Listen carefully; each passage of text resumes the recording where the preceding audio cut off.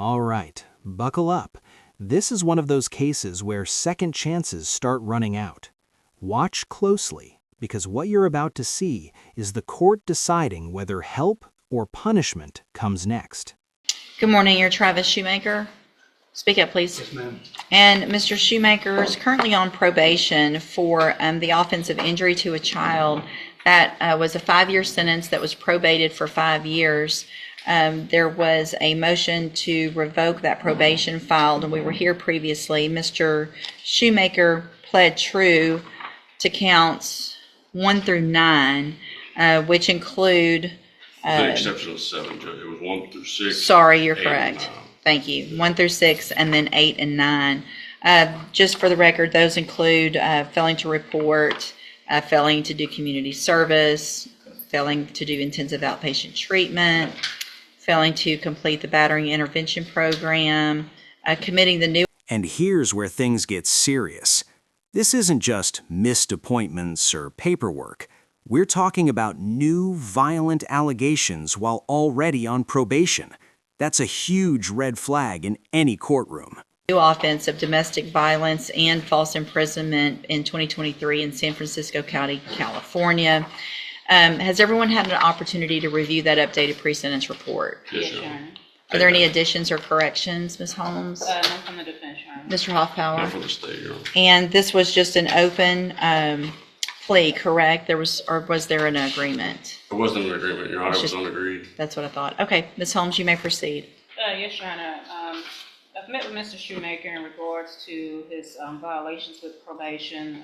Biggest issue is absconding and leaving the area, in which he at some point had to be extradited from California. Mr. Shoemaker explained the reasoning why he was there, stating that he did contact probation or to let them know that he was needing medical treatment because he was not getting the appropriate treatments locally, and so he decided to go elsewhere, and that's how he ended up in California. I think he does have family out there as well. One of the biggest issues, Judge, in my meetings with Mr. Shoemaker is mental health. It is my understanding that he was extended so that he could participate in some mental health treatment. I do feel that he does need to continue to have some type of mental health treatment. He is asking to be continued on probation so that he can get the appropriate treatment. Now, this is interesting. The defense is leaning hard on mental health treatment. And to be fair, courts do consider that. But here's the catch. Those same opportunities were already given before. So the real question is, how many chances is too many? In addition, maybe the court could consider the cognitive track of ISF as a means of helping Mr. Shoemaker get back on track, as well as if he does have that opportunity to continue to have the GPS monitoring, because we do know that the concern is him being a flight risk. And so I've explained to him, and he would be in agreement that if the court gave him that opportunity so that he could get his mental health back on track and to try to complete probation, that the GPS monitor is appropriate. I've also explained to him, because he had made a statement in regards to wanting to go to Hawaii. I personally told him that's not happening. And he then stated that he is willing to remain in Jefferson County and would seek help or additional aid so that he could have the appropriate housing to remain in Jefferson County, unless he is given some type of approval to travel. But Your Honor, Mr. Shoemaker is asking that the court give him another chance to get his probation back on track and to get the assistance of mental health treatment. So, and real quick, Mr. Hoffpower, I probably can... You understand. You don't me to... Well, I just want to make sure, I'm looking back at the original pre-sentence report, and none of these issues are new issues. The mental health issues, any drug, that was all addressed in that original report, and the supervision plan included the requirement and the order that you enter and successfully and follow any services that's through Spindletop. And so you were given all of those opportunities from the beginning. So asking for them now, I mean, that was already done. And it's not just like you left, I don't know what this health issue is that you think they can do better in California, but you went to California and obviously didn't get better because you committed the new offenses of... Boom. That right there is the turning point. The judge is basically saying, you already got help. You already got leniency. And instead of improving, things got worse. That pattern? Courts do not ignore patterns.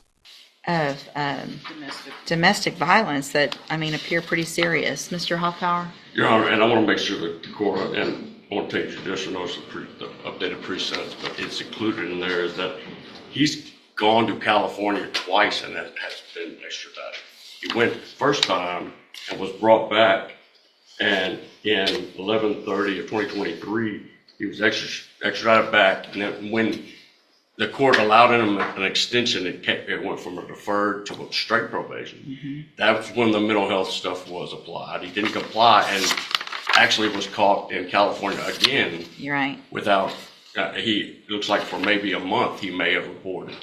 He he absconds every time. Twice. So, I mean, at the original pre-sentence report, when he first got on probation, I said, let's help you out. That's what you needed with services. Then you left, And this is the moment everything collapses.